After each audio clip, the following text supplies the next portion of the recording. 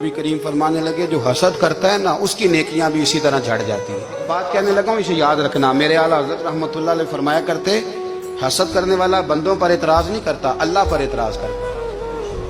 वो कहता है अल्लाह उसे क्यों दिया है, इतना क्यों दिया है, माज़अल्लाह वो अल्लाह की तकसीम पर एतराज करता। हसद करते हो बेचैन रहोगे, हसद आपके दिल को तड़पा के रख देगा। छोड़े, अल्लाह बड़ा करीम है, जिसको जहां चाहता है वहां बिठा देता है।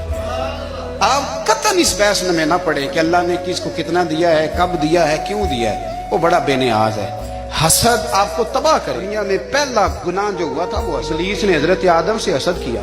कहने लगा मैं बेहतर हूँ, सरदारी इसको मिल रही है, ये तो अल्लाह को पता है ना किसको देनी है। रसूल करीम अलैहिस्सलातु सलाम गुजर रहे थे, पतझड़ का मौसम था, खिजा का मौसम। सहाबा को साथ लेके हुजूर गुजरे और एक दरख्त की टहनी को पकड़ के हुजूर ने हिलाया।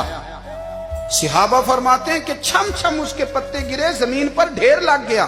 फरमाया देखा तुमने क्या हुआ? हुजूर हाँ। फरमाया कितनी तेजी से पत्ते झड़े हैं, सिर्फ तना रह गया है और खाली टहनियां रह गई हैं, कोई हुस्न बचा है? हुजूर नहीं। करीम फरमाने लगे जो हसद करता है ना उसकी नेकियां भी इसी तरह झड़ जाती हैं।